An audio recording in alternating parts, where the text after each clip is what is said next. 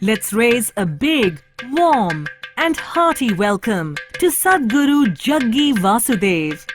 He is a yogi and profound mystic, a visionary humanitarian and a prominent spiritual leader of our times. He infects his zest for life into all who seek to live their lives to the fullest. Isha Foundation, that he founded, runs yoga programs in India, United States, England, Lebanon, Singapore, Canada, Malaysia, Uganda and Australia. He is a prolific author with over 100 titles in 8 different languages. He is a poet, a chef, an architect, an adventurer, snake lover, and a mountain mystique. He has addressed the World Economic Forum, the Tallberg Forum in Sweden, and the Australian Leadership Retreat. He has also served as a delegate to the United Nations Millennium Peace Summit and the World Peace Congress. Sadhguru's vision and understanding of modern social and economic issues have led to interviews with BBC, Bloomberg, CNBC, CNN and Newsweek International. Ladies and gentlemen, please welcome Sadhguru Jaggi Vasudev to enlighten you with the power of physical, mental and spiritual well-being. Thank you everybody. गले में उसके खुदा की अजीब बरकत है, गले में उसके खुदा की अजीब बरकत है, वो जब बोलता है तो एक रोशनी सी होती है. We are really fortunate to have Sadhguru on the dais. Friends, Sadhguru is a soul with abundant knowledge, mystic touch, divine spirit, and with some very simple messages. When Virendra Sehwag asked him, Guruji, why everybody runs after the money? Pat comes the reply from Sadhguru, but Sehwag, in your case, everybody is running after the ball. In another case, very simply he says, if you want sunlight, just open the windows. For probably opening so many windows in our inner side, he is today here amongst us, guiding us on a very interesting topic, inner engineering. Friends, before I request Sadhguru to shower his divine words of wisdom on us, I would just like to mention that when he talks, you do not feel that somebody else is talking. You feel it is your own which is talking to yourself. So for next 3,600 seconds or so, let's listen to ourselves through the divine voice of Sadhguru. Sadhguru.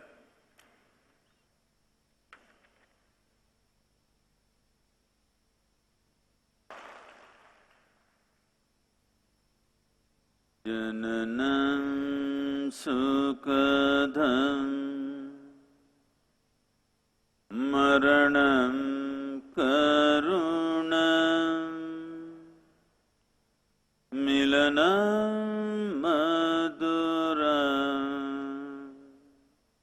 smaranam karunam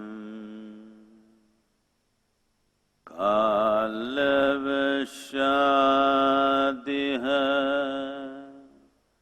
sakalam karunam samayadipate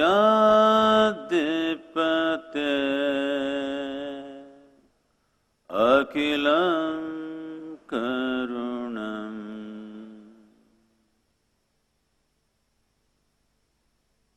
Good morning, everyone.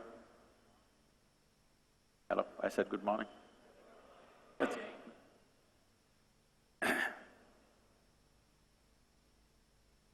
The moment we are born as human beings, life has become very complicated. If you had come here like any other creature on this planet, stomach full, life settled. Once you come here as a human being, stomach empty, only one problem. Stomach full, 100 problems. Because what you call as human is not going to be settled by fulfilling your survival needs. If you had come like any other creature, survival would fulfill your life. Eating, sleeping, reproducing, dying one day would be a complete process. Once you come as a human being, all these things you have to do, but only when survival is in question, it means something to you. Once it is there, it means nothing to you. Because what is human kicks in only after your survival is taken care of. So, what is this whole thing? In the evolutionary process, we are supposed to be on the top of the pile on this planet. If you look at this topmost creature on this planet, also the most miserable creature on the planet. Every other creature, if their survival requirements are taken care of, they're just quite okay. Maybe they're not ecstatic, but at least peaceful. But today you see, human beings, even the so-called spiritual leaders unfortunately, are saying peace is the highest goal in your life. Just now somebody asked me, how to attain ultimate peace? Spiritual leaders are going about teaching peace of mind is your goal. Such people will only rest in peace. It'll only happen when they're dead. Till then it won't happen. Peace is not an ultimate goal of your life. If you want to enjoy your lunch today, you must at least be peaceful, isn't it? Hello? Are we in talking terms? Are we in talking terms or is there a problem? Is it true, if you want to enjoy your lunch, if not joyful, at least you must be peaceful? If you want to enjoy the people in your home, if you want to enjoy the people at work, if you want to enjoy the process of work, at least you must be peaceful, isn't it? So is this the ultimate goal of your life or is this the most basic requirement in your life?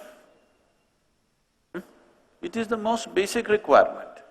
Now this basic requirement has become impossible for a whole lot of people because most people are in a constant state of mental diarrhea. Yes. They think it's intellectual. There's nothing intellectual about it. You lost control over the faculties of your mind. Yes or no? Is there something intellectual about always buzzing with thoughts? No. You just lost control over the fundamental faculties of your mind. And you think it's intellectual because there are a whole lot of people around you in the same condition. Now, whether it's your body or your mind, if I want to use this hand, it moves, otherwise it sits down here. This is a useful hand. Suppose my hand is jumping around all the time, would look ridiculous or no? You must talk to me. Those of you in the darkness, I don't know, they've set the right kind of lighting for you, I'm being blasted. That's good. They've set the right kind of lighting for you to doze off. I don't even know what they say, oh, that's nice. Somebody's very responsive out there.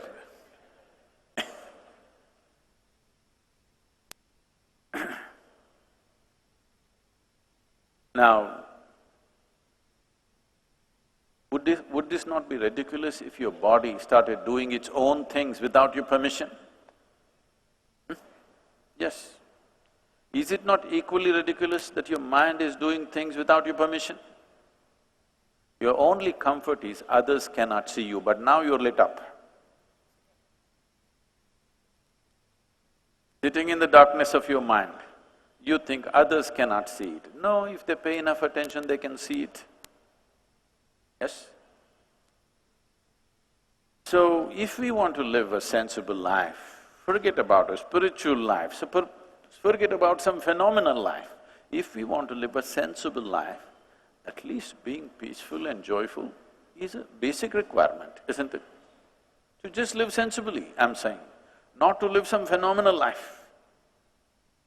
But that is not happening to over 90% of the humanity because we've taken wrong steps and we think we can fix it by fixing the whole world.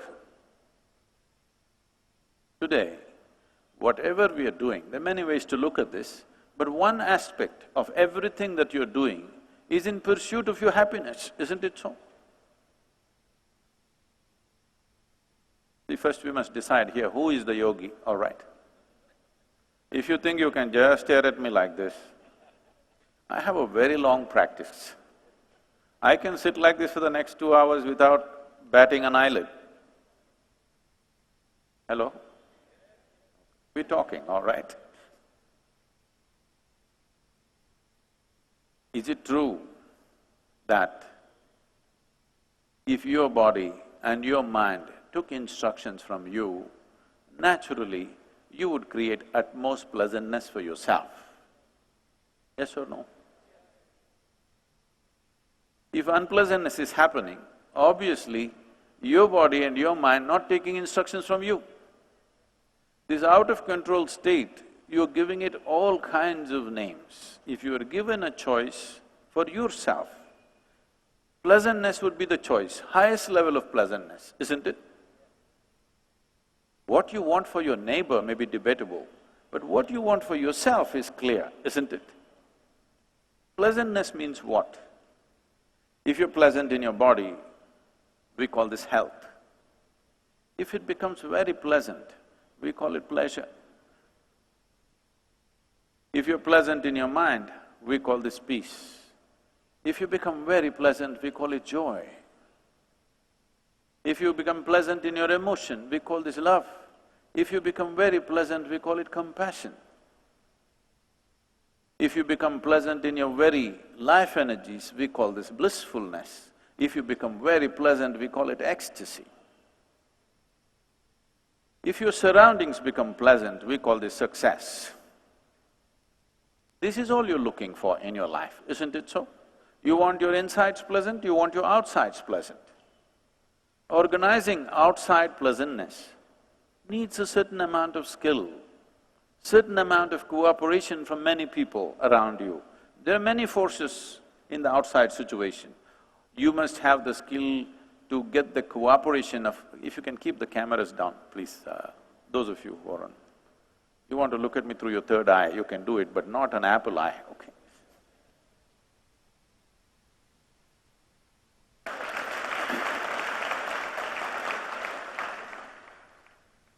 To create external pleasantness, it's a certain level of skill. People may not cooperate, situations may not cooperate, many forces in the nature may not cooperate sometimes. But to create inner pleasantness, there is only one ingredient, you. Only one inside of you? I'm asking you. Only one? Nobody else? No, because there's a whole lot of spiritual jargon happening, my ahankara, my atma, my paramatma, everything inside. See, if there are more than one person inside this body of yours, either you're schizophrenic or you're possessed. You either need a psychiatrist or a exorcist. So I hope it's not the case. Just you, right? Just you means easy. If you are willing, nobody can mess with this. Yes or no? You want to create pleasantness in your home, your family must cooperate. They never cooperate 100%. Yes or no? They cooperate, but never 100%.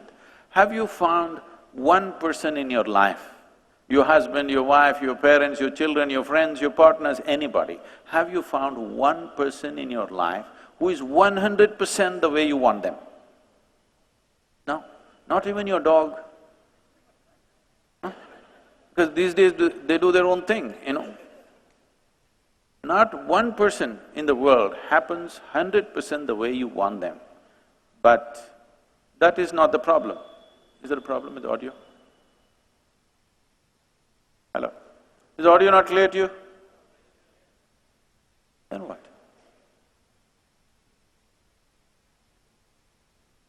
It's okay, son. So nobody has happened 100% the way you want them.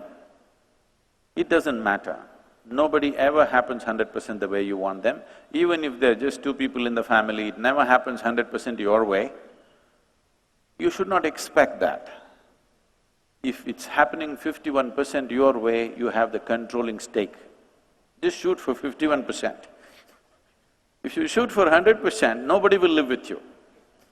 Yes or no? If 100% your way, nobody is going to live with you. 51% your way is a good ambition. If you achieve that, you're doing great. But within you, only one ingredient, just you. This person must happen your way, isn't it? Yes or no? This one person must happen your way. If this person does not happen your way, you're a lost case. Why is it this person is not happening your way? Willing. Is he willing, I'm asking?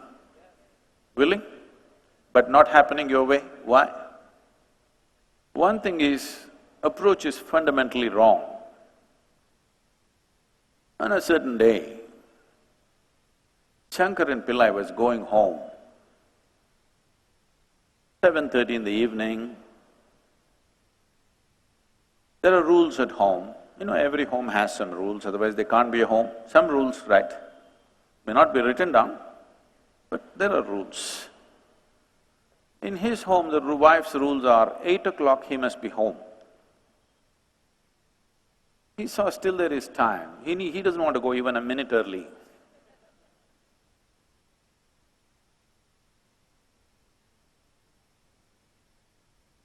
So he thought there is still time.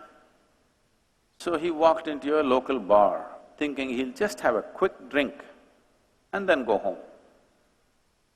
Well, he had a quick drink and a quick drink and a quick drink and a quick drink and a quick drink. Then he looked at his watch.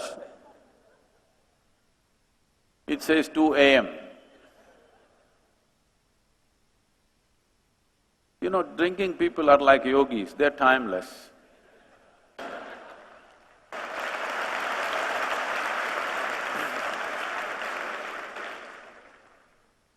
I see there's a lot of appreciation.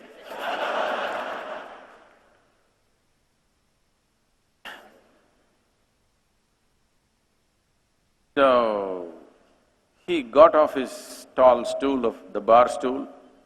It's an unfair world, it's a completely unfair world. You expect a man to walk on a round planet and the damn thing is spinning, you're supposed to walk on that. Only when you have a few drops extra or a couple of drops missing between your 2 ears, suddenly you realize the planet is round. With great difficulty, he was trying to find his way back home. He took a shortcut through a garden and unfortunately he fell headlong into a rose bush. His face became a mess. He gathered himself, somehow went home, and those damn keyholes, they made so small, you know. It took another 20 minutes to find it. Somehow he went in, crawled up, went into the bathroom, looked at himself in the mirror, complete mess. So he opened the medicine cabinet, took out some medicine, plaster, band-aid, everything. He fixed himself, then slowly crawled into the bed. Fortunately, the wife is a big sleeper. So she crawled in and fell asleep. Morning 8 o'clock, the wife took a bucket of cold water and threw it on his face. What about it? He woke up. So why? It's only Sunday. She said, you fool, again drinking? He said, honey, 6 months ago I promised. Since then, I have not touched a drop. These are domestic conversations, okay? I'm just exposing. I have not touched a drop. She grabbed him by the shirt and took him into the bathroom and showed him. All the plaster was on the mirror.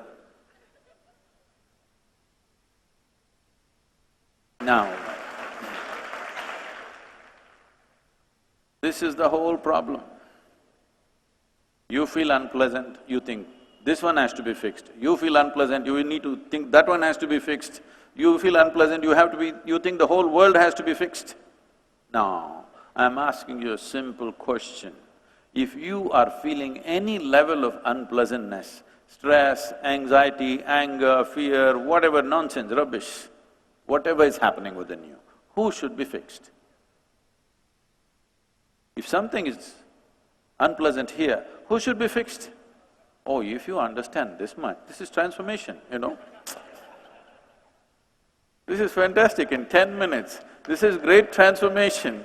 If you if you understand this much, this needs to be fixed, not something else, the world will change. Right now, everything that we are doing on this planet is in pursuit of human well-being.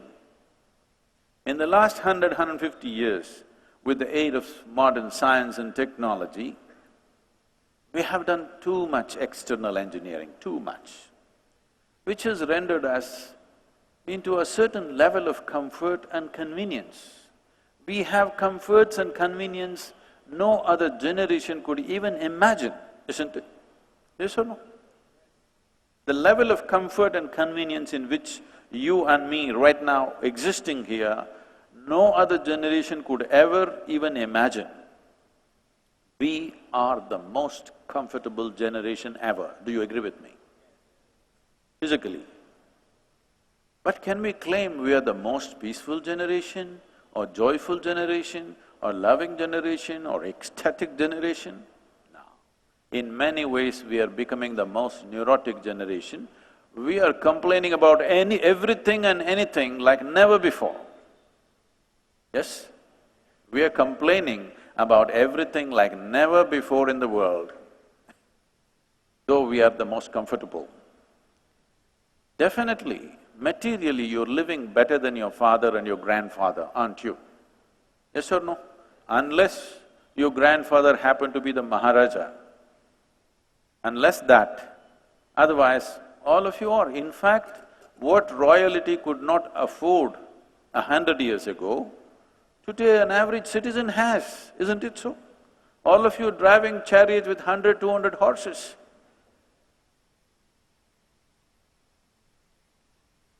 You are. So, it's not that there's something wrong with life, it is just that fundamental faculties of life are not taken charge of. This is an evolutionary problem in a certain way. See, between you and a chimpanzee, the DNA difference is only 1.23%. 1.23% is not much of a difference, isn't it? Physiologically, the difference between you and a chimpanzee is only 1.23% in the DNA content. But in terms of intelligence and awareness, we are phenomenally different from a chimpanzee. So you have an intelligence for which you don't have a stable enough base. It is your intelligence which is torturing you right now. If we take off a part of your brain, I think most of you will be quite peaceful. Really. Yes or no? This is why a whole lot of people are saying, I want to be like a child. Even spiritual leaders going and saying, I am a child. See, suppose you are stuck. Let's say your body or your mind stayed at the age of 6. You are a child. Is it a great state to be, I'm asking? You may think you're spiritual, I will call you retarded. Yes or no? You want to be a 6-year-old child, I'm asking you? Because almost every adult is saying, child, being a child is beautiful. because they've forgotten what it means to be a child. Child means when somebody says, wake up, you have to wake up. Somebody says, go to sleep, you have to go to sleep, go to school, get back, eat all the damn things that you don't like. When you were a child, you desperately wanted to grow up as quickly as possible, isn't it? Now you want to become a child because you messed up your adulthood. Whoever messes up this wants to be somewhere else. A whole lot of people say, no, I'm not interested in all this, I want to go to heaven. Why? Because the advertisements always said, heaven is a very pleasant place. If we had told you from your childhood, God lives in heaven, but it's a horrendous place, do you want to go there? Please tell me sincerely. No, we'll pray from here only. We don't want to go there. Because they've advertised that it's a very pleasant place, lot of people who made a hell out of themselves here want to go somewhere else. Those who want to go to heaven must go, isn't it? They won't go, that's the problem. If those who want to go to heaven go, those who want to be here can create a heaven here. Now, those who have made a hell out of themselves, they don't go. They keep on talking about going, but they don't go. If you're so sure you're going to your better place, you must leave today. You should not postpone your appointment with God. I'm asking you, if you have an appointment, forget about God, if you have an appointment with the local minister or prime minister, somebody, you would like to jump the queue and get there quickly, isn't it? Even a cinema ticket, if you're standing in a queue, you would like to jump and get there quickly, isn't it so? So if you have an appointment with God and you're so sure, why are you postponing it? You must go today. Okay, I'm saying, your mind is full of all kinds of rubbish picked up from here and there. Just now we were talking just outside, but somebody said something 5,000 years ago, somebody said something 3,000 years ago. With all due, with greatest respect to all of them, do you believe that 1,000 years ago, people were way smarter than what you and me are today? Do you believe so? Huh? I'm asking you. If you believe so, it's unfortunate because life seems to be evolving.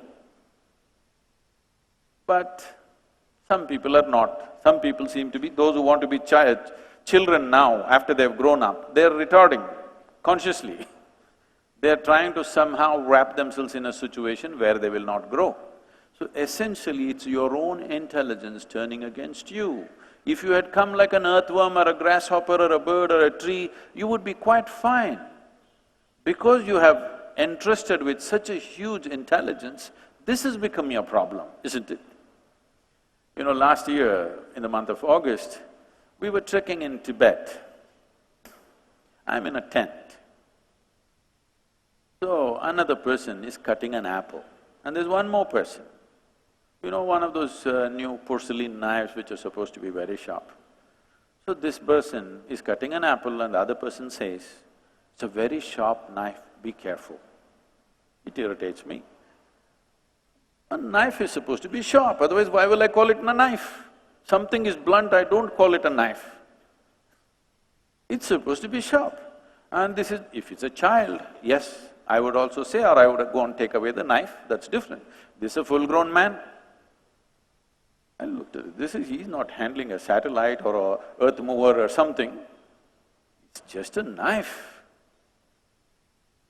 Well, I continued with my work. Another 2 minutes later, she says again, it's a very sharp knife, be careful. I said, come on, he's a full-grown man, leave him alone. He should know how to handle a knife by now. No, Sadhguru, it's a very sharp knife.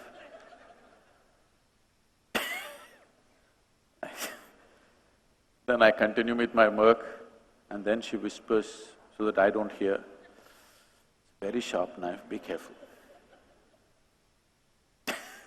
In 2 minutes, he cuts his hand. And I say, okay. Maybe he needed so much instruction about this. This is all your problem is. You have a sharp intellect, but not a steady enough hand. Now you're cutting yourself all the time. People come to me and say, Sadhguru, I can't bear with my boss, my mother-in-law, she's torturing me, my husband is impossible, my wife, oh. So I tell them, don't worry, you come here, your boss, your mother-in-law, your husband, your wife, nobody will enter this ashram. Don't worry. I will give you a nice place to stay, good food to eat. Don't have to do anything, no work, nothing, just stay in your room. Whenever I come and check, you must be joyful. That's the only condition. If you're miserable, I don't believe in feeding misery. If you're joyful, for the rest of your life we'll bow down and take care of you. Oh, you leave them for 24 hours in one place, you must see the circus, okay? When you're alone, if you're miserable, obviously you're in bad company, isn't it? Isn't it? Somebody is with you and you're miserable, you can always say it's because of this person. You're alone and you're miserable means you're in bad company, you need to fix it. You must understand this much. If you understand this much, then it's very simple. You would look inward. Looking inward is not contemplation. Looking inward is not dissection, because what you call as my body and what you call as my mind are accumulations that you picked up from outside. Your body is just the food that you've eaten, isn't it so? Hello? Your body is just a heap of food, isn't it? Not a pleasant way to describe you, but it's a heap of food or it's a piece of this planet. Yes or no? Just a small piece of this planet that you picked up and walking around. If you don't understand this now, countless number of people who walked upon this planet before you and me, they were also smart people. Where are they? All topsoil, isn't it? This will also become topsoil. Unless your friends choose to bury you real deep, fearing that you may rise from the dead. That's why in India, we burn them and put their ashes in the ocean, in 3 different rivers, all over the land, so that just in case if they try to come back, it never happened. They're making sure. This country is very wise in that way. Now, this is just a piece of planet that you picked up, isn't it so? You accumulated this. What you accumulate can be yours, can never be you, isn't it so? Similarly, what you call as my mind, the whole content of your mind also is an accumulation of impressions. This is accumulation of food, this is accumulation of impressions. What you accumulate, you can claim that it is mine, but it can never ever be you. Do you understand this? Right now, as I'm speaking, I will pick up this vessel and say, this is my vessel. You will think, oh, Sadhguru's got some problem. But let's listen, because everybody says he's wise, let's listen some more.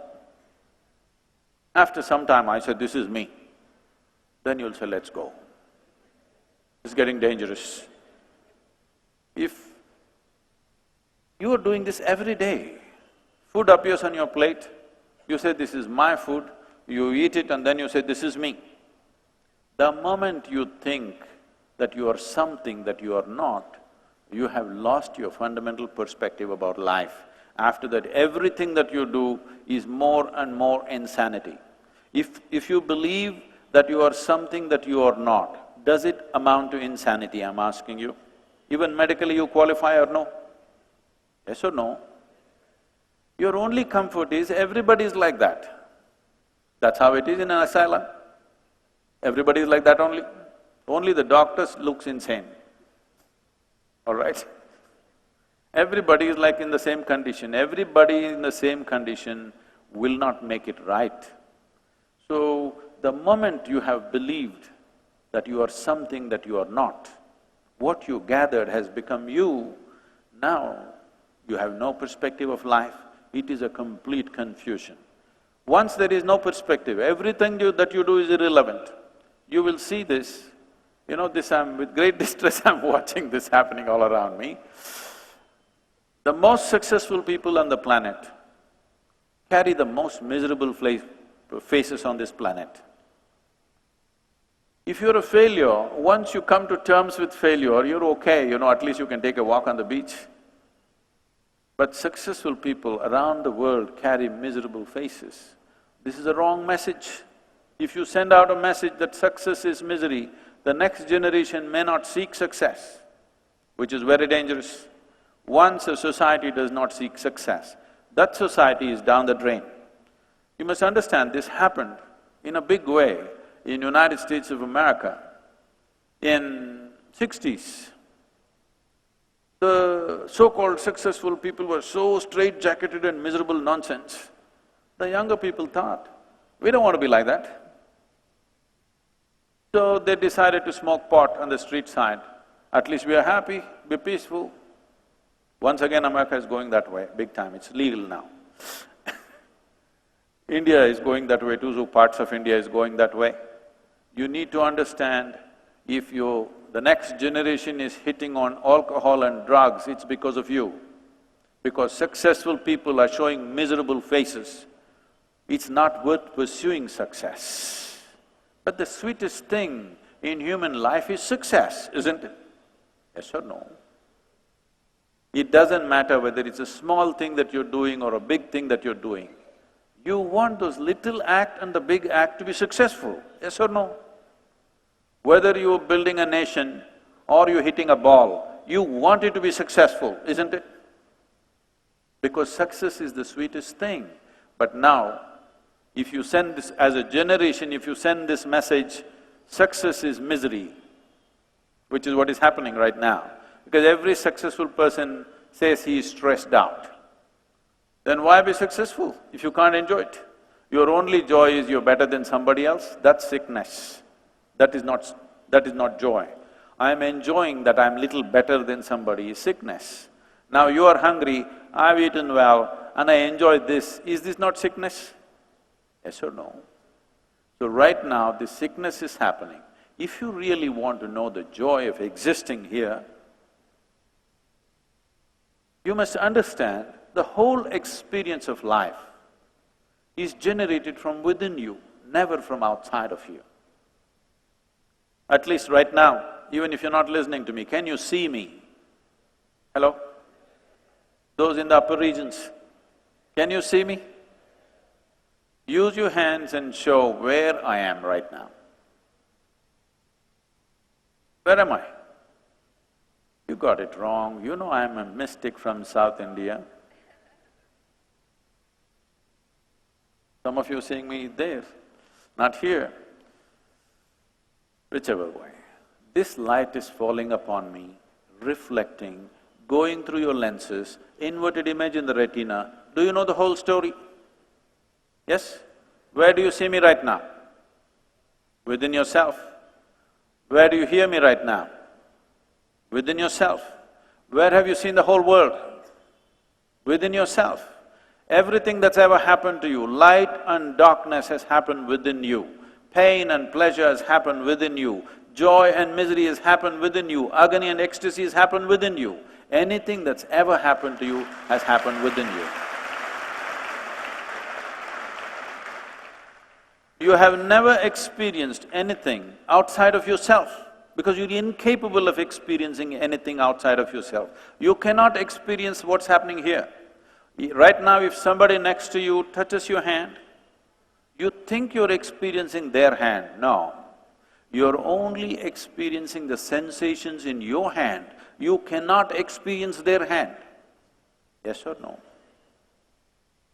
In the very nature of things, everything that you ever experience happens from within you. The seat of your experience, the source of your experience is within you. At least what's happening from within you must happen the way you want it, isn't it? What's happening in the world may not happen the way you want it. At least what's happening from within you must happen the way you want it. Right now, that is the problem, that what happens within you is not happening your way because of all the gadgets that you have seen. Some of you are fascinated with your phones, you're not keeping it down, you're not looking at me, you're looking at the screen. All the gadgets that you have on the planet. Is this human mechanism the most sophisticated gadget on the planet? What do the young people say? Hello? This human mechanism, is this the most sophisticated gadget on the planet? You're too engrossed in the iPhone and missing the eye. This is the gadget, isn't it? I'm asking you, have you read the user's manual? Have you read the user's manual? Just bumming around with life. Somehow it works. Once in a way. I know when I got married, I was so happy. Don't tell me about that day, tell me about the next 25 years.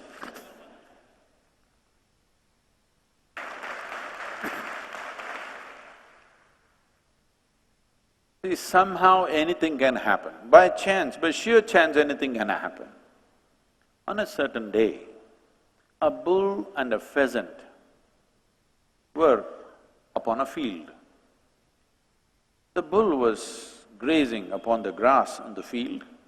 The pheasant was picking ticks off the bull. Partnership. You believe in partnerships, isn't it? There was a huge tree at the edge of the field. The pheasant, the bird, very nostalgically looked up at the tree and said, "Oh, alas, there was a time I could fly to the topmost branch of the tree. Now I do not have enough strength in my wing even to get to the first branch of the tree." The bull very nonchalantly said, "That's no issue. Eat a little bit of my dung every day. Within a fortnight, you will get to the topmost branch of the tree." The pheasant said, "Come on, what kind of rubbish is that?" The bull said, "Really, try and see, the whole humanity is on it." Very hesitantly, he started pecking at the dung, and lo, on the very first day he reached the first branch of the tree. Within a fortnight, he reached the topmost branch of the tree. Just sitting on the topmost branch of the tree, beginning to enjoy the scenery. The old farmer who was rocking on his rocking chair saw a fat old pheasant on top of a tree, pulled out his shotgun and shot the bird off the tree. The moral of the story is, many times even bullshit can get you to the top, but it never lets you stay there.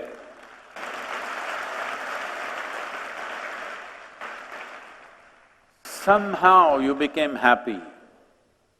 You became happy because you ate something, you became happy because you met somebody, you became happy because something happened, this happened, that happened. Somehow, it is not that you do not know joy, it is not that you do not know peace, it is not that you do not know love or even ecstasy. The problem is of sustainability, you're not able to stay there, yes? You're not able to stay there because you're getting there by accident, somehow. Shall we do a simple experiment with you? Shall we? What you do is, keep all the 5 fingers together, keep it facing down, gently placed upon your thigh. Don't press it, gently placed, don't close your eyes right now, I will tell you what to do. We will do this eyes closed, but right now you must observe. With eyes closed, placing it like this, just inhale and exhale slightly deeper than normal, mildly exaggerated breath. As you're doing this, I want you to observe how the air is filling up into your lungs, or in other words, where is the maximum expansion and contraction. There will be some change. You hold it like this, and as you're doing this breath, without breaking the rhythm of your breathing, when I say switch, just turn it over. Again, when I say switch, get back. In these 2 positions, something about your breath will change. I want you to notice what is the change. If you have to notice this, what is needed is, one thing is, your spine should be erect, eyes should be closed, you must be focused on the breath, and your breakfast should not be up to your throat. Please close your eyes, breathe slightly deeper than normal. See, Where is the maximum expansion and contraction in your body?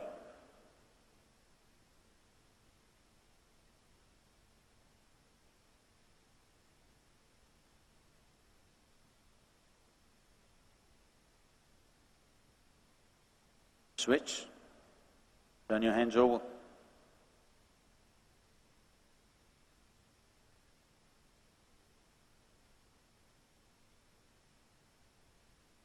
Switch again.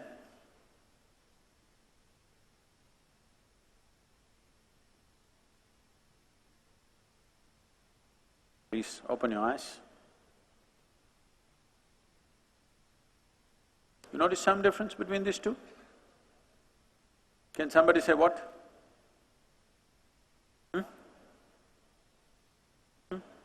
This way?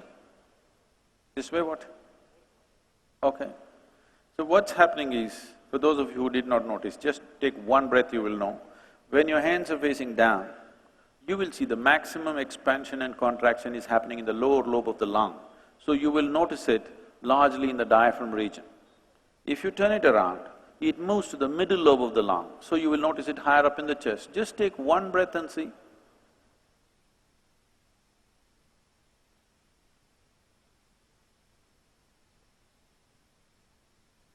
Noticeable? So just turning your hand over, just the way you breathe is altering itself. Not just the breath, the very way your life energies function is altering itself simply because you turn your hand over.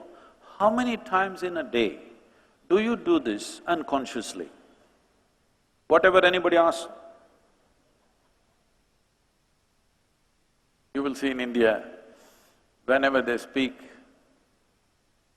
at least in English language, when they say no, it is never a single no. No, no, no, no, no, no. You have never heard anybody saying yes, yes, yes, yes, yes. Have you heard that? No.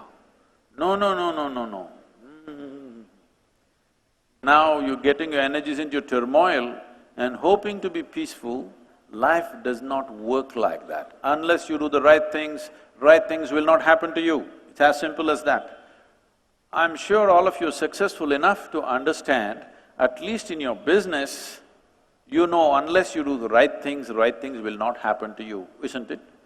There is another level of people who believe they can do idiotic things and tell a prayer and everything will be okay. I'm sure you evolved out of that.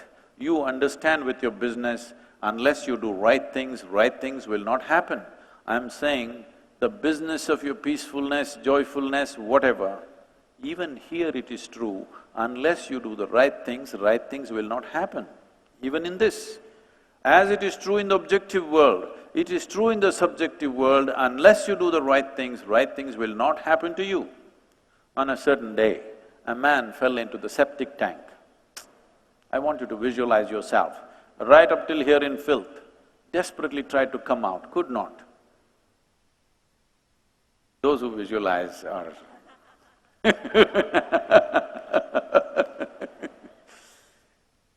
and could not come out. After some time, he started shouting, "Fire, fire!" Neighbors heard the fire call and they called the firemen. Firemen came rushing, they looked all over the place, no fire. Then at last they found this man. They pulled him out and they asked, "Why were you screaming fire? Where is the fire?" The man retorted, "If I said shit, shit, would you come?" Unless you do the right things will not happen to you. This is true with the outside, this is true with the inside. Accidentally, some good things may happen, anything may happen. Now, right now what success means is, your life is moving a little faster pace than what it would be if you were not so successful, okay? Suppose you sat in a car, you don't know how to drive, and just by chance you did that and it started moving. Anxiety? Yes or no? You don't know what driving means, the car started moving, anxiety or no? As it picks up fear, as it picks up speed, fear, it picked up enormous speed, terror, that's all that's happening. That's all that's happening. So people go on philosophizing, no, because I'm doing this, because I got money I'm disturbed, because I'm wealthy I'm disturbed, because I'm successful I'm stressful, because my job is like this I'm stressful. No, your job is not stressful, your family is not stressful, the world is not stressful, you just do not know how to manage your mind. It's as simple as that. One who cannot manage his own mind, when he tries to manage 1,000 people's minds around him, he'll go crazy. That's all that's happening. Management is driving people crazy because they do not know how to manage their own mind. Essentially, management means you're trying to manage 1,000 or 10,000 minds around you, which will naturally drive you crazy. Why should it not? It should. But the fundamental principle of life, it should drive you crazy, isn't it? And it is, successfully. So, it is not a question of the content of your life. It is not a question of what's happening in your life. It is just that your mind, your body, your chemistry, your energies, nothing taking instructions from you right now. So because of this, simplest aspects of life have become ultimate goals, ultimate peace. There's no such thing. If you're peaceful here, you know what it means to be, otherwise you'll never know. You think in heaven you're going to be peaceful? If all your sort of people have gone, and every generation of people, can you imagine? Not you… here you have to live with only one generation. In heaven, 1,000,000 generations, you think you can live with them?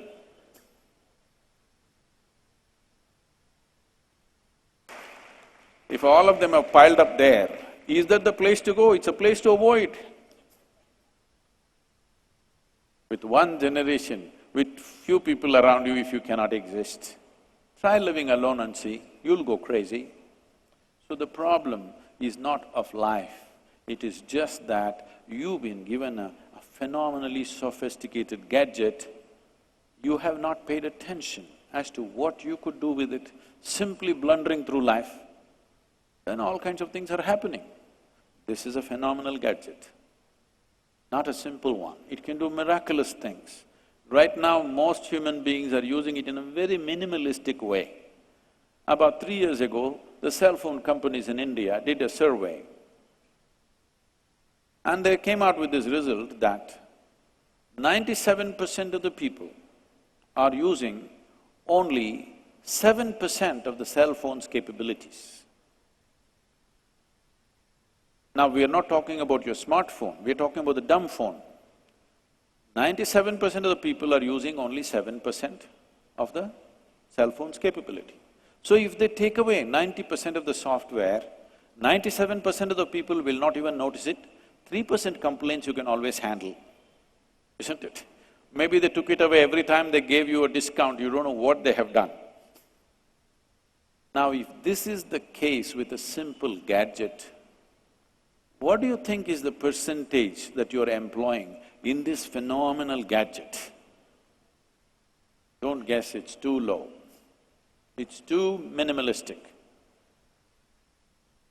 If a few people, maybe some of you old enough to have seen the first television in India, all right? Early 80s. You were sitting in your house, eyeballs popping, watching your one-channel wonder, and suddenly it went boop, boop, boop. Then you run up on the roof of your house, there's a bunch of aluminum tubes, doesn't work, doesn't work. Then slowly if you get it into this place, suddenly the whole world again pours into your sitting room, isn't it? Just a bunch of aluminum tubes. If you just learn as much as to sit right, understand? Just hold yourself right, you can download the whole cosmos. Because we have not prepared this for that, we are trying to get bits and pieces of information from all over, reading this, reading that and confusing the hell out of ourselves. And all this knowledge is not bringing well-being for sure, isn't it? You will see this, uneducated faces, if they're well-fed, are far more joyful than educated faces. Have you noticed this, unfortunately? With knowledge, people should have become joyful. Yes? Yes or no? If we genuinely imbibe knowledge, big things should have happened within us, isn't it? Now, just information piled up. You will see in universities, faces are extra long. I was speaking to a group of people at the Princeton University in New Jersey. I just looked around, there were a little over 200 people, all grave, long faces. I don't know why in universities the faces are extra long, maybe it's a weight of knowledge, I don't know. I just saw about 3, 4 young faces were bright, rest are all. They're practicing how to go to the grave, how they should look on their funeral day. They're practicing it right now. Then I looked around and said, what's the matter? Why are all these people over 30 years of age are carrying long faces like this? Then one lady stood up and said, they're all married. I thought people are getting married to multiply their joy. If they're getting married to multiply their misery, there has to be a law about this. Because every human being is aspiring, either consciously or unconsciously, to be joyful, isn't it? If two people are sitting in a house and conspiring to spread misery in the world, there must be a law against it. This is like terrorism, you know. People are sitting in homes and spreading misery within themselves, around themselves. They're good-intentioned people. I want you to understand, even those people who set up bombs here and there, they're also good-intentioned. They believe they're doing God's work. You can't question that, isn't it? Yes or no? So good intentions alone won't produce good results. We need some sense on this planet.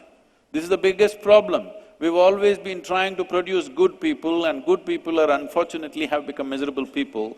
We need more sensible and joyful people on the planet. Sense is what is missing.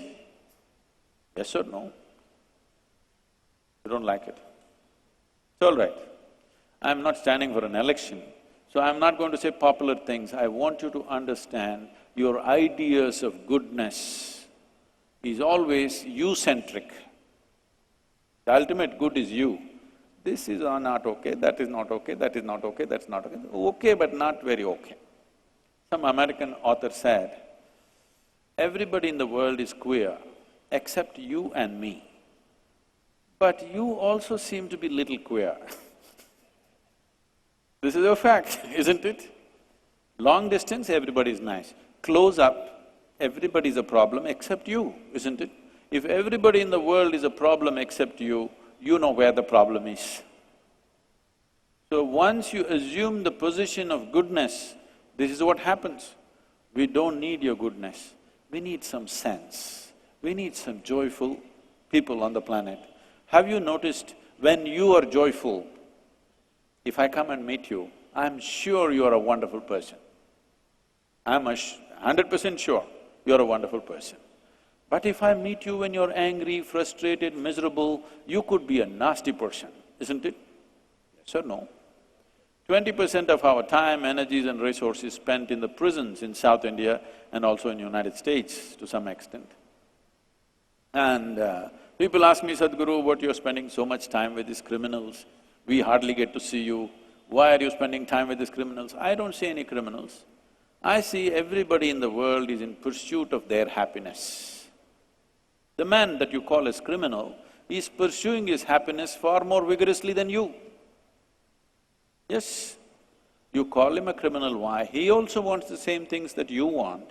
It's just that he doesn't want to stand in the line, he wants to jump the line, that's all, isn't it? Yes or no? So, the moment you're in pursuit of your happiness, unknowingly you have started a crime.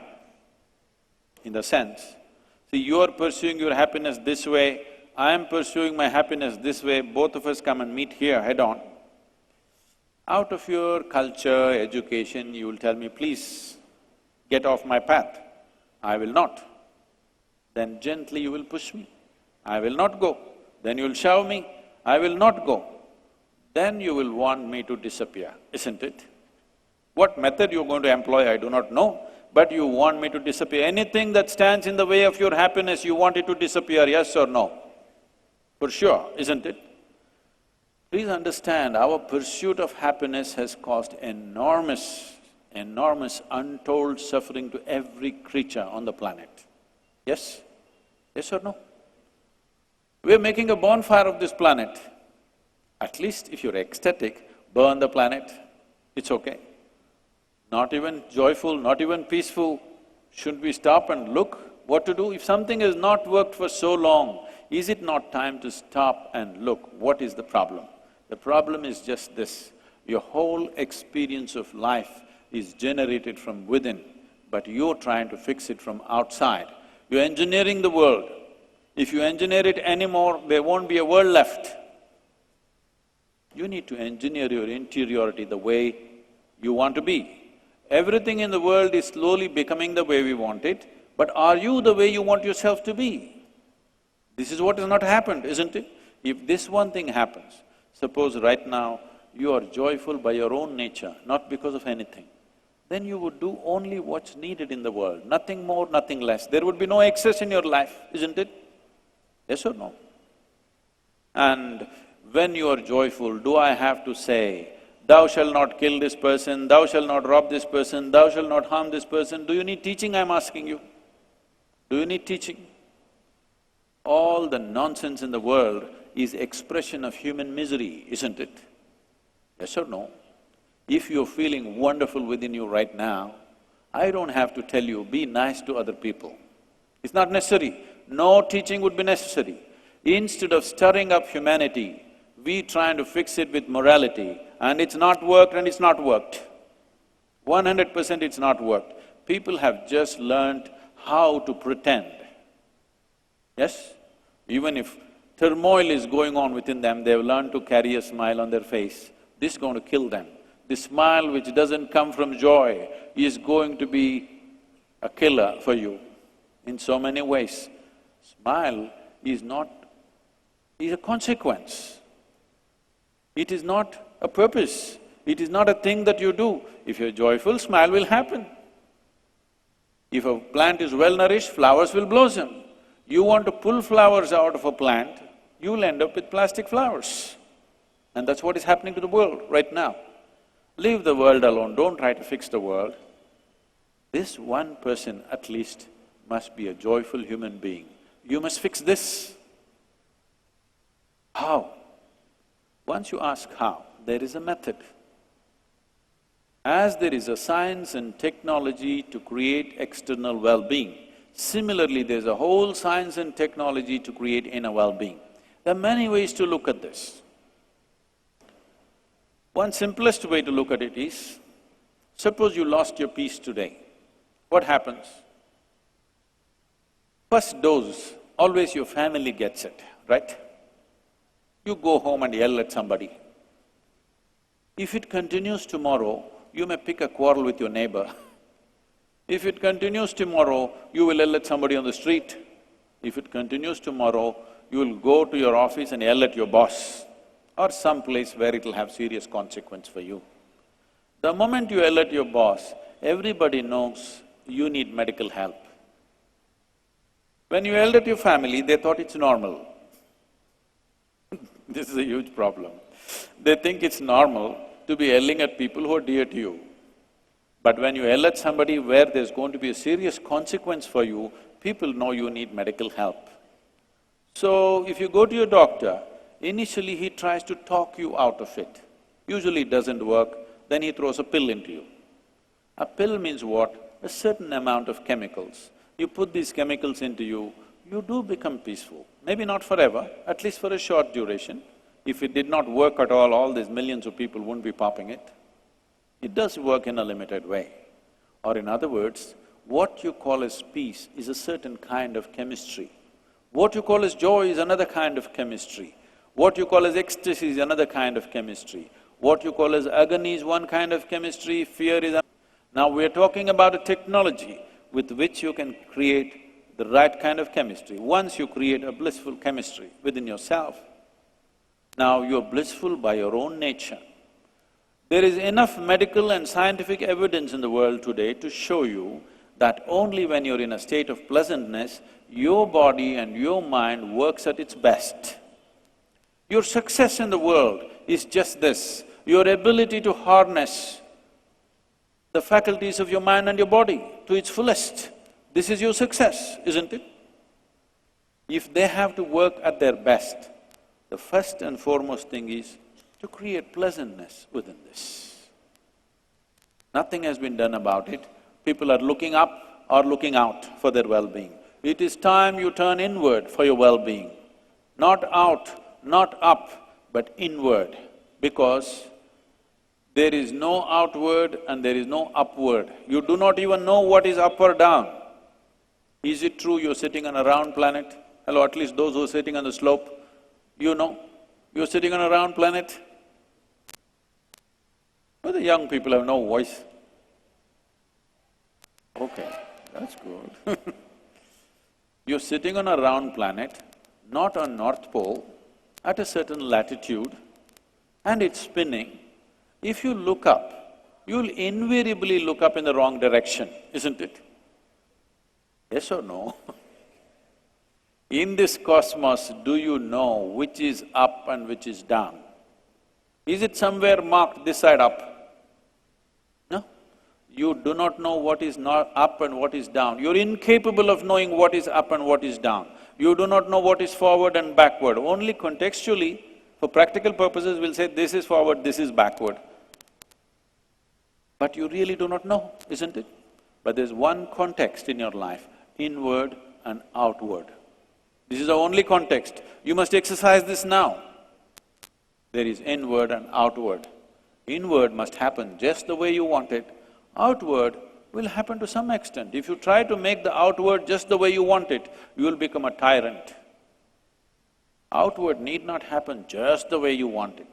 If inward is happening just the way you want it, you're blissed out, you're okay with the outside. Because inward is not happening the way you want it, you want at least to fix the outside. And it's never going to be fixed. If you over-try it, you will get into the corner of life. Nothing will work in your life. You know, I was to speak in Tel Aviv. So, I was traveling from Atlanta. I'm to land in the morning and speak at 6:30 in the evening, but I landed there at 6 o'clock in the evening because of some flight delays. In these 33 years of me being engaged with the public, I have not been late to a single appointment in my life. So I don't want to break that today. No, that's not a great thing. Being on time is not a great thing, that's what you're supposed to do.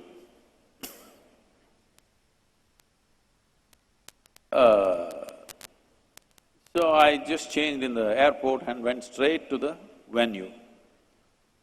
I'm famished because, I'm traveling an American airline, you can't eat anything on the damn plane. There's nothing edible. And I'm really hungry. And when they take me to the venue, I find out that the venue is a nice restaurant. I'm speaking in a restaurant, it can't get any better life, isn't it? So I thought, this is nice. And restaurants are famous for different things. Some restaurants are famous for the quality of the food that they serve, some restaurants are famous for the ambience that they create, some restaurants are famous for the conversations that happen in that restaurant. This restaurant in Tel Aviv is supposed to be a place where the most intelligent conversations in Tel Aviv happen in this restaurant, not in the parliament. So, people were walking in and they were greeting me, and one man came and said, "Shalom." I said, "What does it mean?" He said, "This is the highest way of greeting." I said, "That's okay, that's your opinion. But what does it mean?" He said, No, this is really the highest way of greeting." I said, "That's okay, but what does the word mean?" He said, "It means peace." I said, why would peace be the highest way of greeting unless you're born in Middle East? In South India, if somebody comes up to me in the morning and says, peace, I'll say, what's wrong with you? Whatever you're deprived of becomes the highest thing in your life. 5 days if you have not eaten, God appears. What? What? What will you ask for? Food, of course, isn't it? Whatever you're deprived of raises to heavenly conditions, because we have deprived ourselves of that. Food, water, things around you have to come from outside, we have to procure that. There is a certain amount of challenge in that. But your peacefulness, your joyfulness, your love, your blissfulness, your ecstatic nature, all pleasant or unpleasant experiences, 100% are generated within you. At least here you must be generous with yourself, isn't it? Yes? Maybe you don't have enough money, but there's no dearth for peace and joy. You're messing it up because you have a phenomenal machine on your hand, something that can do tremendous things, but you have not even cared to look at the user's manual. You want to somehow… somebody has given you a computer, you think it's a hammer, it may work. If you take your laptop and bang something, it may work, all right, but that's not the best way to use it, it's capable of something else. You must understand, technologies have evolved like this. There was a time, if you dig into any ancient civilizations, what is the greatest thing that you find? One of the greatest things that you find is earthen pots, different designs, different shapes. This is a great thing we did. We dug out mud and made all these fantastic pots. But today we're digging out the same earth, making computer out of it, making spacecraft out of it, making all kinds of unimaginable things out of it, isn't it so? Same material or no? Same material or no? Similarly with you, it's the same material with which an earthworm is made, a grasshopper is made, a bird is made, a tree is made, a monkey is made, and a human being is made. And it's the same material that all of us are made of. But what have you turned it into? Have you made it into a fantastic possibility, or have you made it into a horrible problem in your life? This is in your hands. You have the material, same material. I am made of the same material as you are. Whoever you look up to, your Rama, Krishna, made of the same material or no? Yes or no?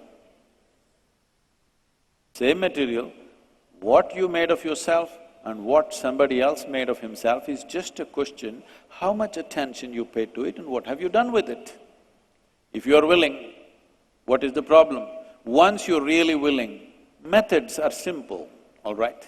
Methods are very simple because there's only one ingredient to fix, just you and you, nobody else but you.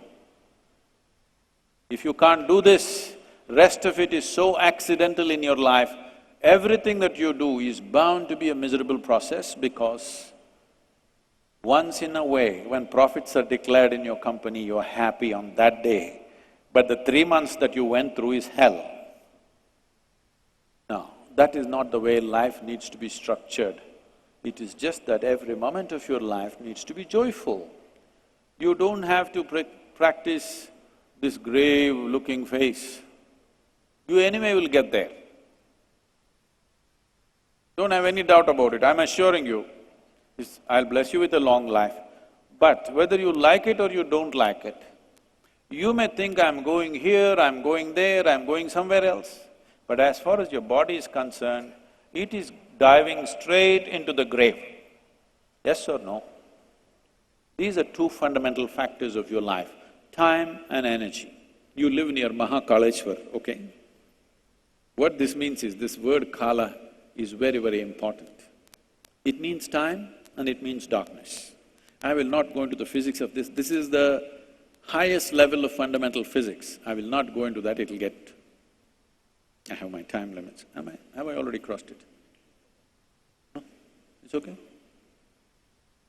Anyway, time and energy, these are the two components with which you're made of, isn't it?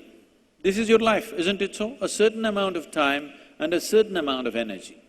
Don't try to do circus with time, because time is passing away for all of us at the same pace. Yes, it's ticking for all of us at the same pace, isn't it? It is just that our experience of time may be different. On a certain day, you're very joyful. That 24 hours went off like a moment. Another day, you're depressed. 24 hours feel like a eon, isn't it? Yes or no? So time is a relative experience in individuals, but it is flowing at the same pace for all of us. So I know you might have been taught in your MBAs that you must manage… time management. Don't try to manage time, it's going at the same pace. Do whatever you want, it's going at the same pace. It's your energy that you need to manage and manifest in different dimensions. What is an earthen pot and what is a computer or a spacecraft? Same material.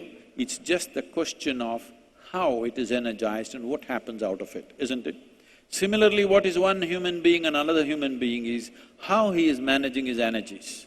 If time runs out before your energy runs out, we say it's an untimely death.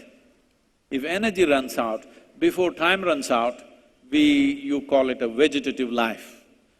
The skill of life is that you play these two things together and well. Time and energy should run together. Now, energy is a component of your life, you can enhance it limitlessly, or you can make it very small. You can make it the same energy. Right now, the same thing that we call as mud, which we walk upon, is sitting here as a human being, isn't it so? Is it the same material or not? Same material, isn't it? So, it is a certain energy. Because of the efficiency or the competence of a certain type of energy, that mud, which could have been a pot or an earthworm or an insect, today sitting here as a human being. So, if you transform this energy to a certain level, people will look to you and think you're superhuman. Now, we are not talking about you becoming superhuman, it is just that you have to realize being human is super. Being human is really super. The reason why all the time people are talking about another world and another place and another kind of super whatever out there is simply because they've never paid attention to this. They never realized the immensity of being human. The immensity of being human has not been explored. You must understand this in this culture. I want you to get this in this culture. There has never been an idea of the God.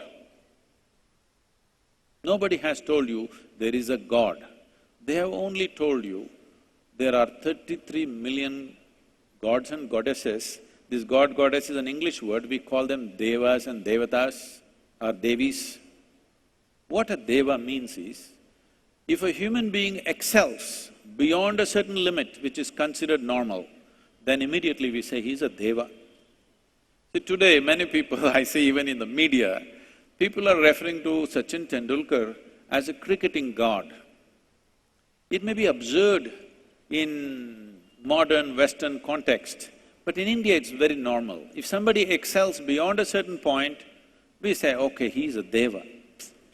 You know, he's risen himself beyond normal levels of competence. So it can be a music deva, it can be a cricket deva, it can be a business deva, it can be anybody. You know, Kubera is a deva. You know, he's just a businessman. So you can become a deva if you excel. They never told you there is a God up there and managing your life. You were always and always told, your life is your karma. Yes or no? You've forgotten this. But now you're saying, ayo karma. There is no ayo karma. Karma means action. Whose action? My action. Or in other words, what is being told to you always is, your life is your making, 100%. The very womb that you've been chosen, that you're chosen to be born in, is your choice, but an unconscious choice. Whatever you choose unconsciously, you can also choose consciously. The very process of life, birth and death, a human being is capable of taking into his hands if he pays enough attention, to the process of life. When I say enough attention, right now, you have only one way to pay attention. Your five sense organs, seeing, hearing, smelling, tasting, touching, this is the only way you're perceiving the world. All these things are essentially outward bound. You cannot roll your eyeballs inward and scan yourself. You cannot… See, if I say this, if I do this, you can hear, but so much activity in this body you cannot hear. If an ant crawls upon this hand, you can feel it. So much blood flowing, you cannot feel it. In the very nature of things, sense organs are outward bound. They are good instruments for survival, but they are not good enough to perceive the nature of life. Without perceiving the nature of life, if you try to handle it, you have distorted images of yourself in the sense. See, in this cosmos, this planet, this solar system is a tiny speck. Today they're talking about some 100 billion galaxies in that. This solar system is a tiny speck. Tomorrow morning if the solar system vanishes, probably nobody will notice it anywhere else. In this tiny speck, planet Earth is a micro tiny speck. In that planet Earth, in that micro speck, Indore city is a super micro speck. In that, you are a big man.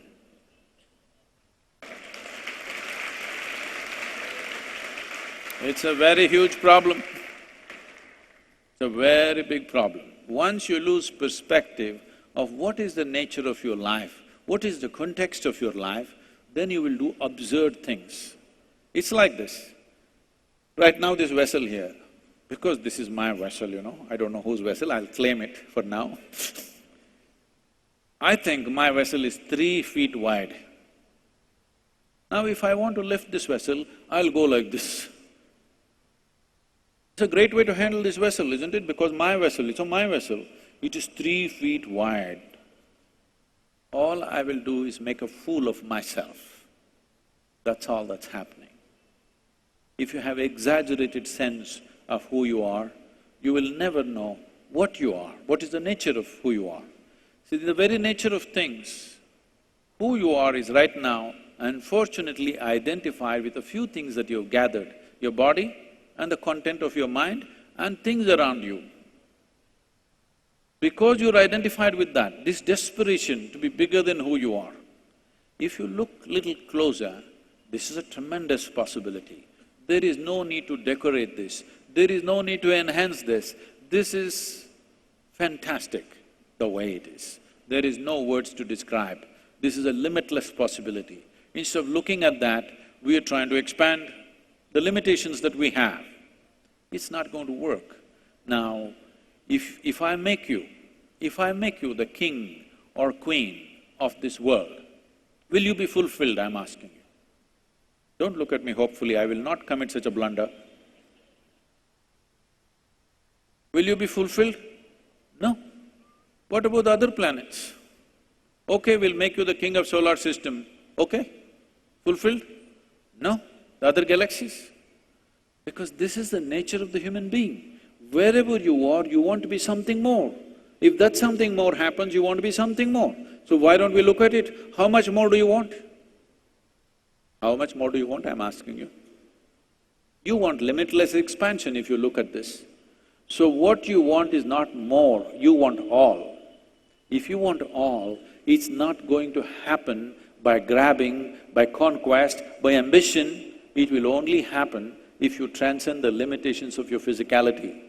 Because the nature of physicality is a defined boundary. Only because there's a defined boundary, we can call this a body, physical body, isn't it? If I take off the boundaries of this body, can this be physical? Physical existence is a world of boundaries, but there is something within you which wants to become boundless.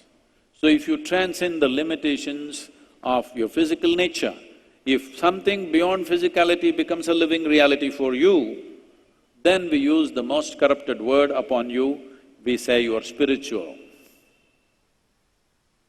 Spiritual does not mean looking up, looking down.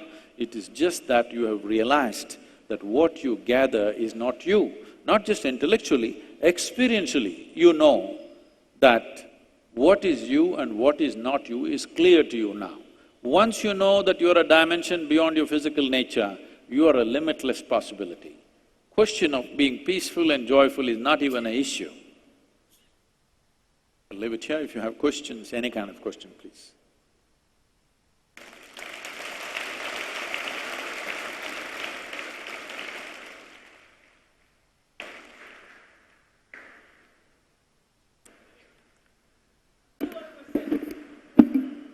Can we take questions from here only? Please send them on a slip.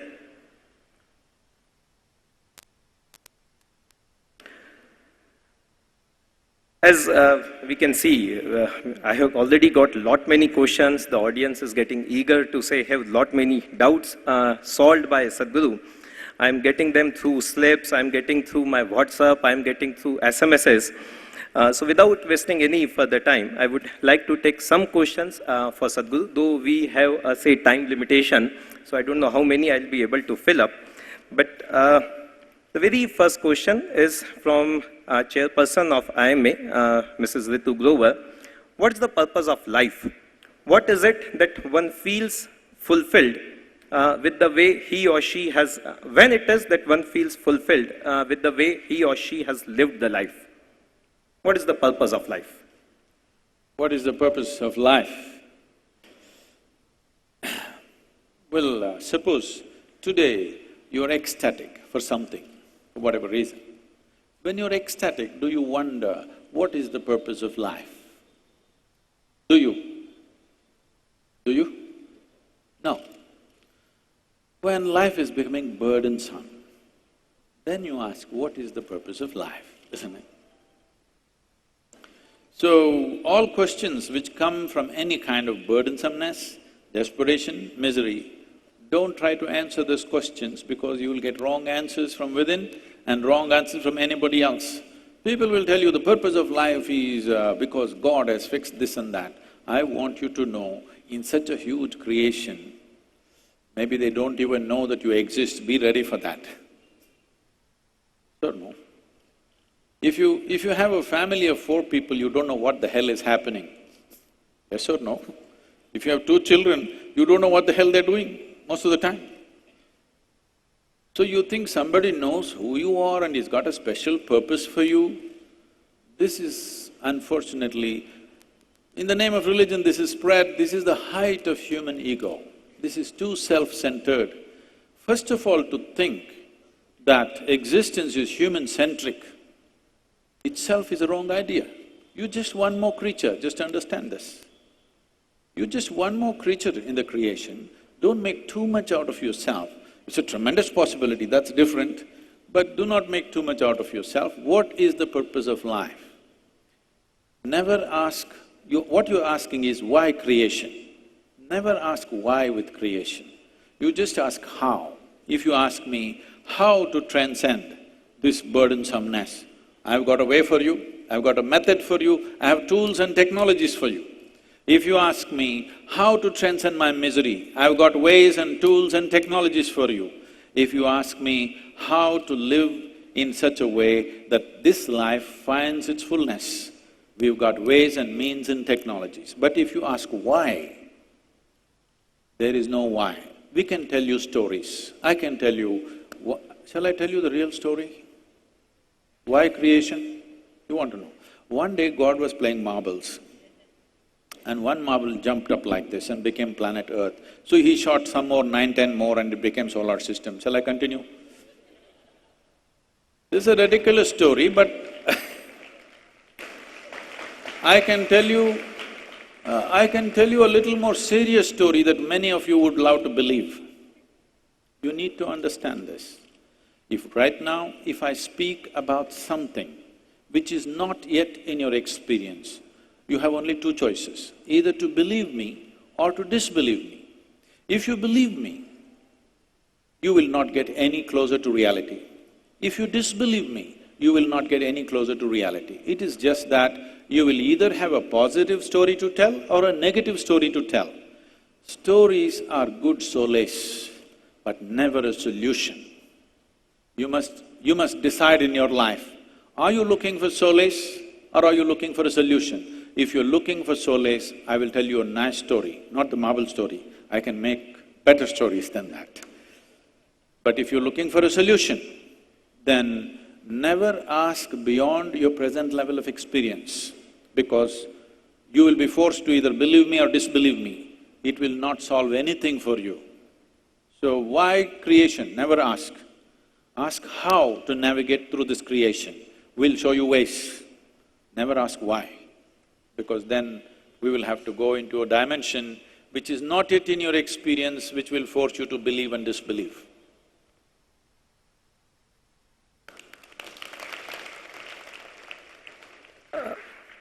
Sadhguru, Mrs. Rachna Mittal is having a very simple question, and she asked, Sadhguruji, is being happy so really difficult that it needs to be managed?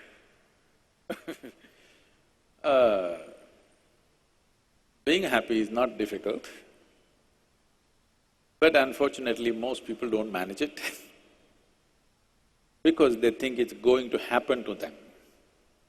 When you're 5 years of age, you're quite happy, isn't it? Yes or no? I want you to go home and see one of your pictures when you're 5, it was like this. Now it's becoming like this. When you're 5 years of age, if you're so happy, by the time you're 30, you should have been ecstatic, if you had grown, I mean. But by the time they're 30, most people are mess themselves up in so many different ways. This is not because there is some difficulty with life or happiness, it is just that, as I told you, they gave you a sharp knife. You don't have a steady enough hand.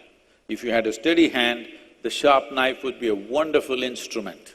If you don't have a steady hand, you keep cutting yourself, and now being happy when a knife is constantly cutting into you is very difficult, for sure.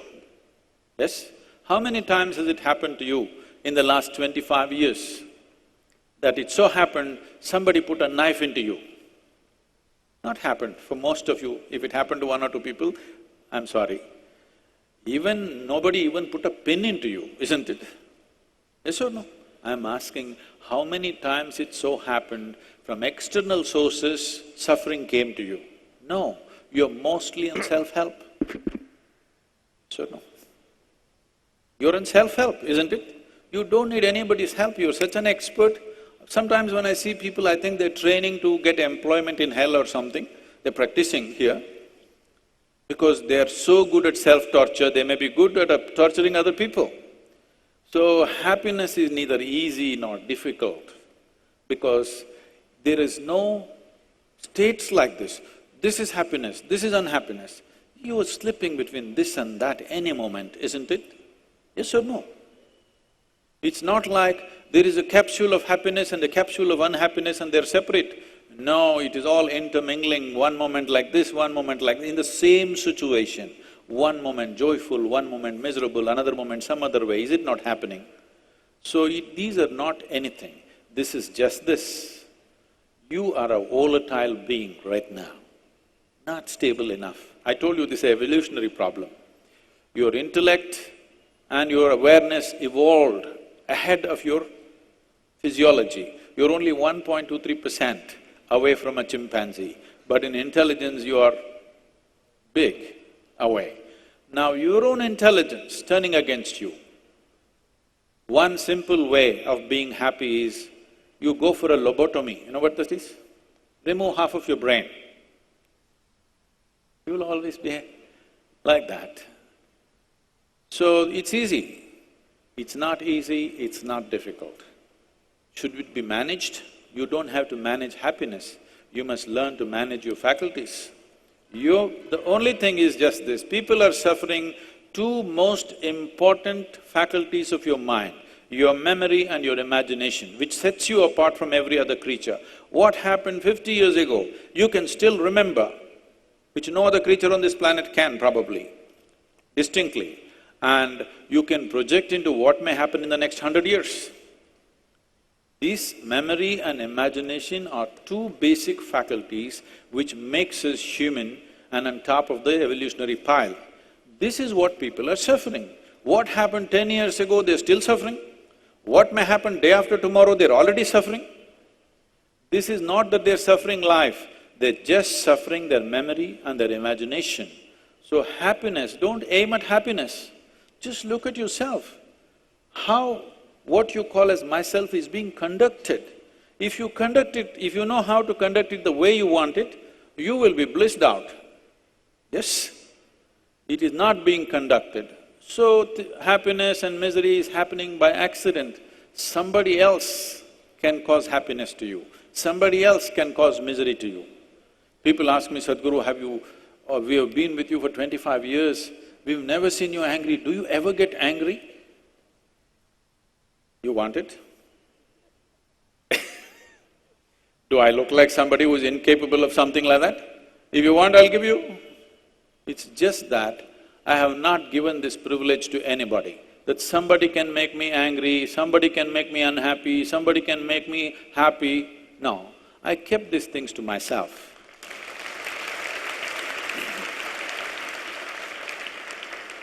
You must keep it to yourself too. It must be… the best hands are you, isn't it? Yes? Your joy and misery must be in your hands, isn't it? If you choose to be miserable, I'm not against it. But what you want should be happening within you, not otherwise, isn't it?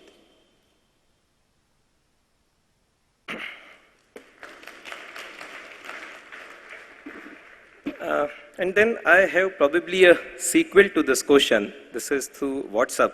And somebody wants to know, Sadhguru, how can one be happy even if he or she is married?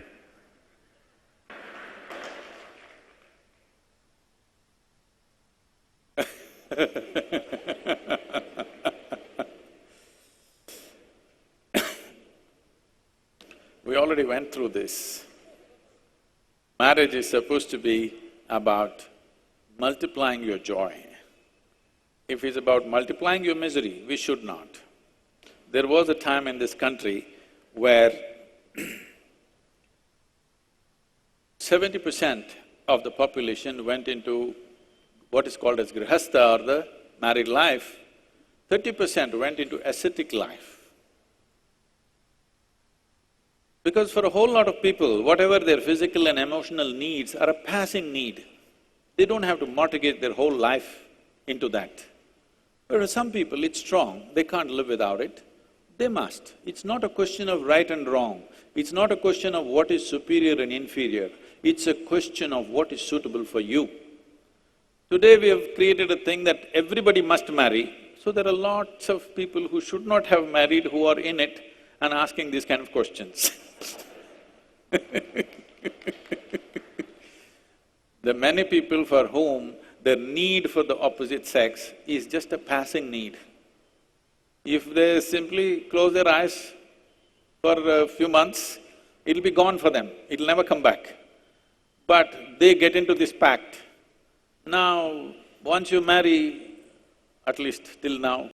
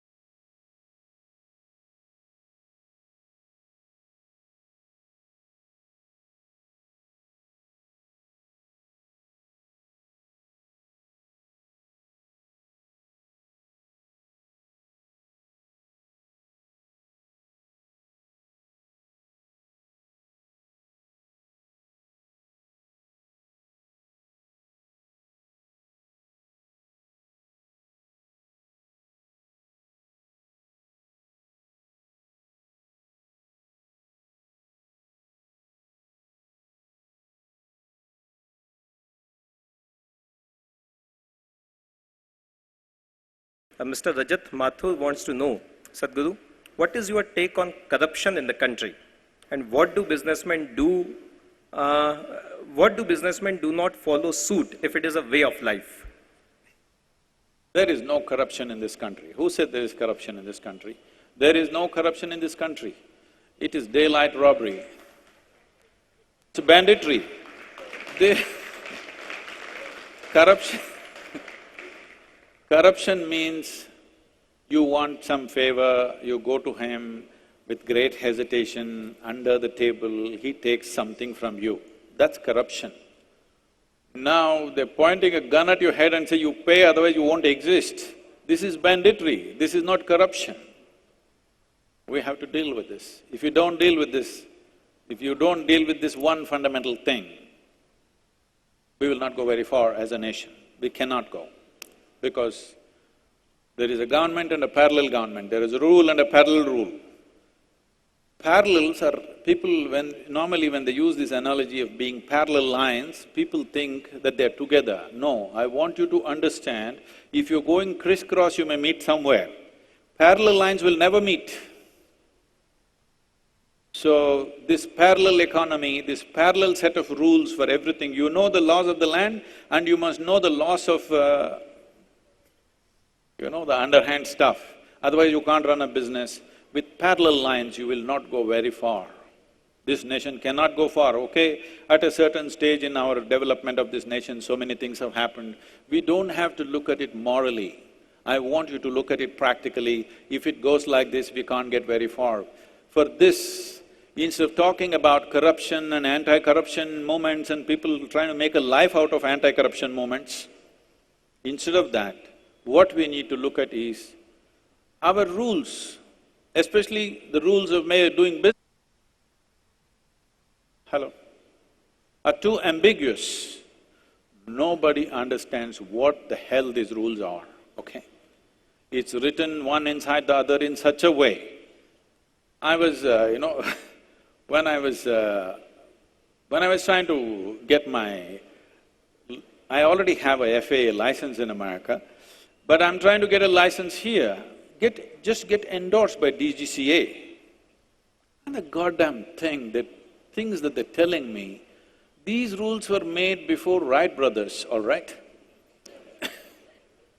I meet the person who is the head of DGCA and I ask him, sir, do you understand these rules? I know how to fly a goddamn thing, but I don't understand these rules, do you? He says, no, I'm not a pilot, I don't understand. I'm telling you, nobody understands because it's written in such a way that you're not supposed to understand. When you don't understand a damn thing, you'll pay something and get it, all right? So rules are written in such ambiguous ways. It's time to simplify the laws of doing business, it's most important.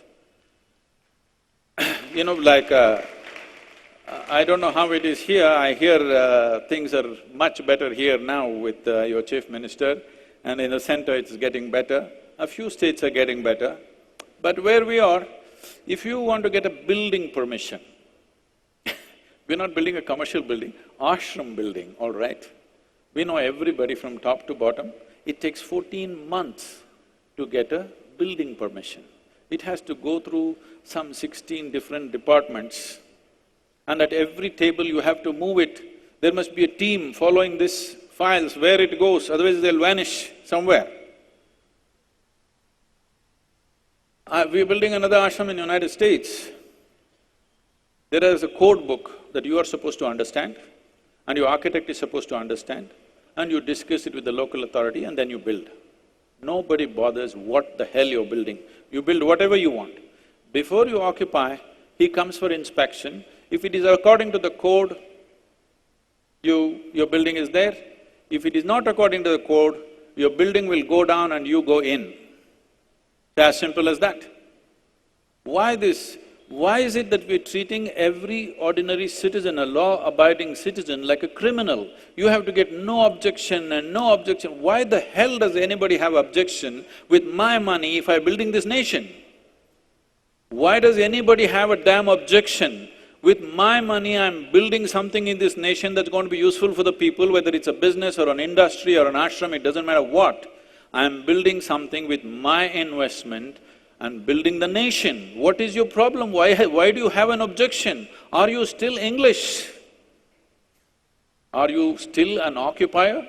We're still continuing those laws. It's time we change the laws. If you simplify the laws, nobody have to pay anything. In simplification of the laws, there are complications, some misuse will happen, but it's okay. Misuse, a little misuse for some time till we understand how it works is all right rather than holding the nation at a standstill.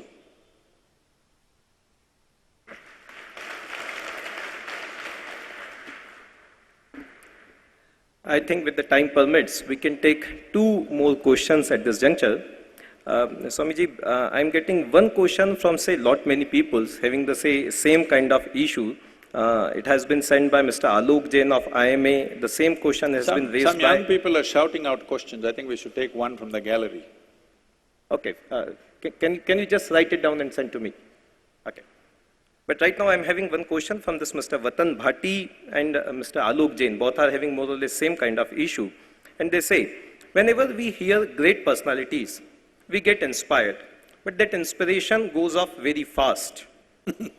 How to keep that inspiration permanently?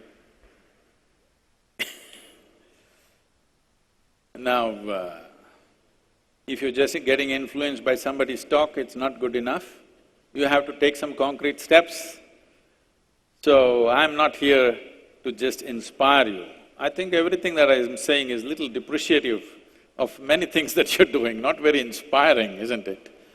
I'm telling you, if you are interested in your life, if you're interested, are you? Is your life the most precious life in your life? It is. You have to pay a little more attention to this. Life is not accessories. When most people say life, they're talking about their work, their career, their wife, their husband, their children, their home, their car. No, these are accessories of life. In all these accessories, you missed out what is life. What is life is what's happening here within this, isn't it?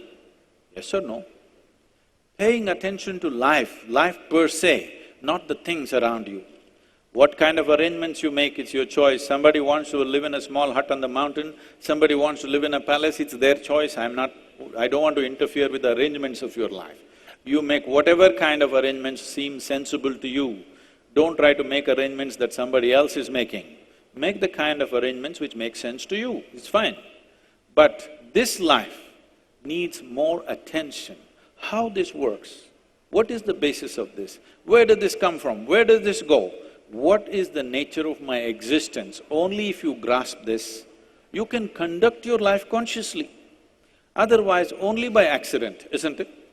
When you conduct your life by accident, then once in a way when somebody speaks, you will go up, and when they leave, they will go down. This is exactly what I'm talking.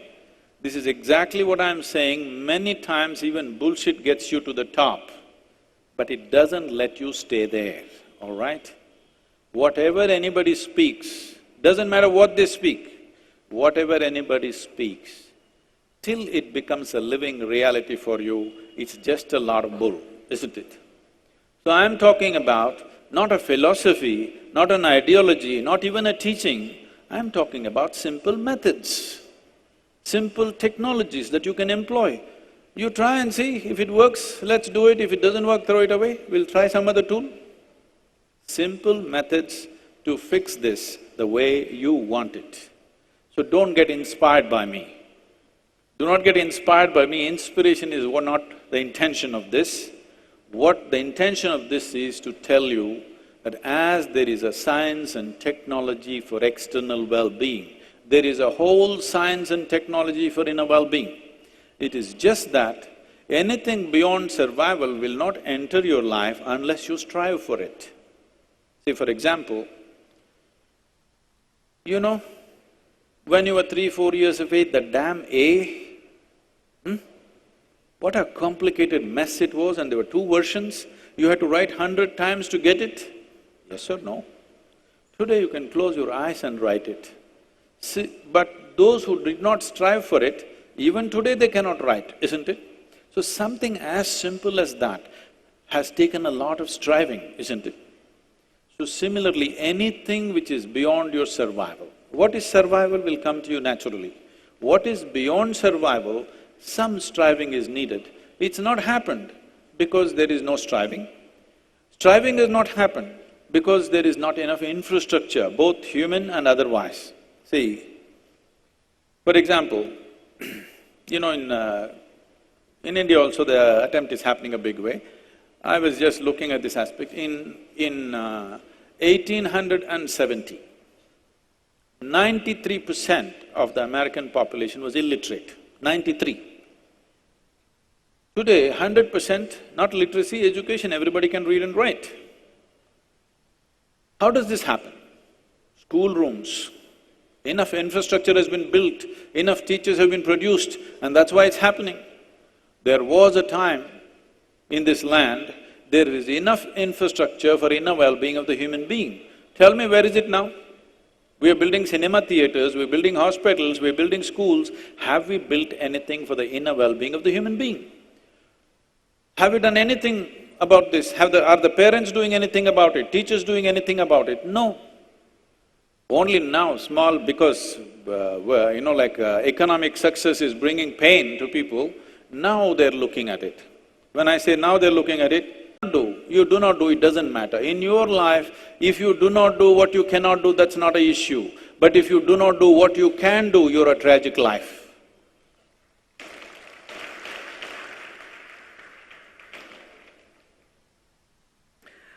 I would say combine few questions again which are having the same tone. Lot many people wants to ask about, say, contradiction between my inner self and somebody else's inner self. Oh. Professor Akriti from Medicaps Institute of Technology and Management, Dr. Alok Bansal and Mr. Jagdish Verma from IMA all are having more or less same kind of query.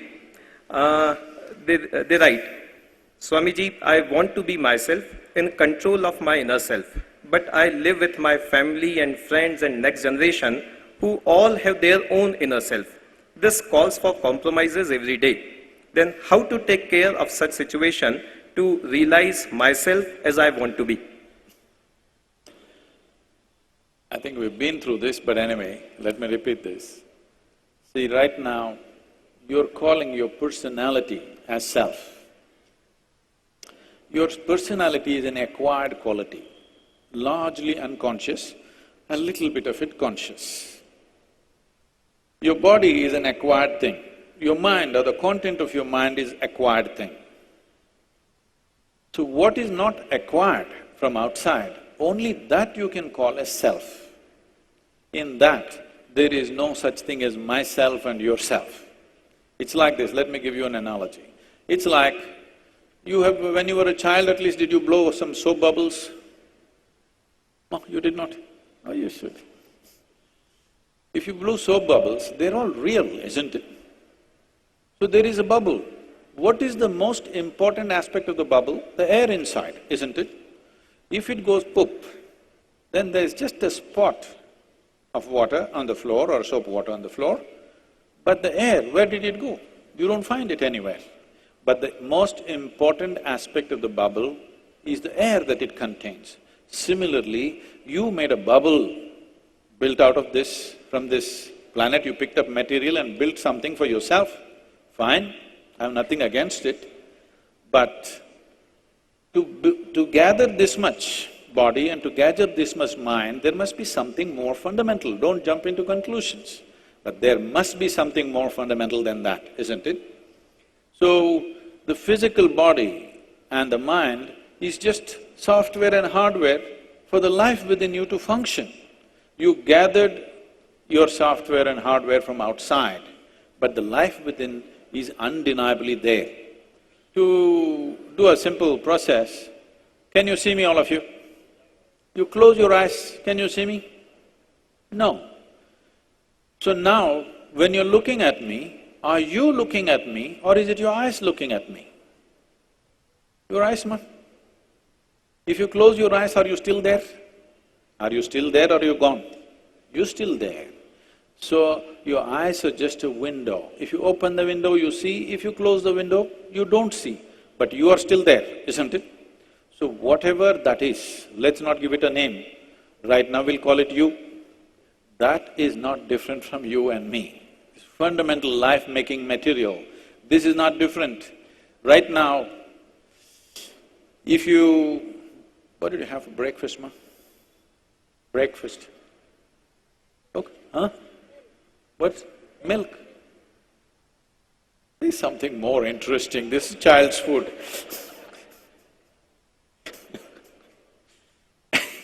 Okay, even if you drank milk or you ate a banana, if you eat a banana, this banana goes into you in these 2 hours, it becomes a woman. Yes or no? If a man eats it, it becomes a man. If a cow eats it, it becomes a cow. There is an intelligence within this which can transform a banana into a human being, isn't it so? Yes or no? If I take a banana in my hand and make it into a human being, who would you think I am? Creator himself, isn't it? Nothing less than that. And every one of you have this competence or no? Yes or no?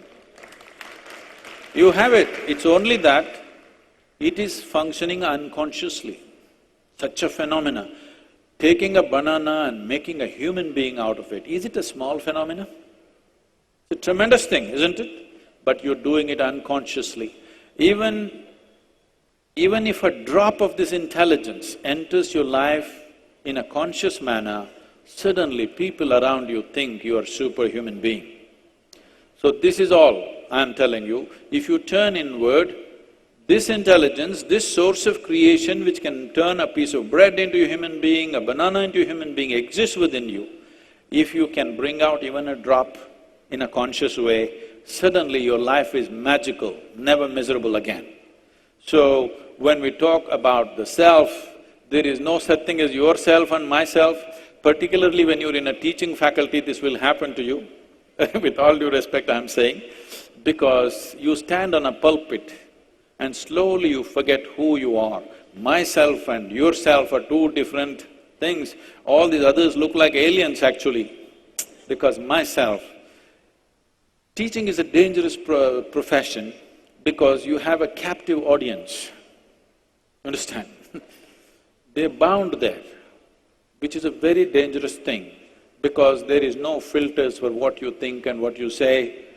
People may make fun of you behind you, but in front of you they'll say okay, because they have to pass the test. It's a very dangerous profession. So don't ever think there is yourself and myself. There is me and you as two different persons. In body we are different, in the content of our mind we are different, in our memories we are different, in our personalities we are different. All this made up by us. But the essential life-making thing which is within us, which we call as the self or me, in essential me, there is no such thing as you and me. Everybody has the same stuff. That is why I'm talking to you. If my stuff was different than you, why the hell will I talk to you? Because anyway it's not possible for you. Yes? If it was not possible for you, why will I waste my breath talking to you? Only because you are also made of the same stuff, unrealized. You must understand, in this country always enlightenment has been described as realization, not an achievement, not an accomplishment, just realization. Realization means something that was already there, you just saw. You didn't invent anything, you did not discover anything, you did not make up anything, you did not achieve anything, you just realized that which is already there. So there is no question of myself and yourself. Thank you. Thank you very much, all of you.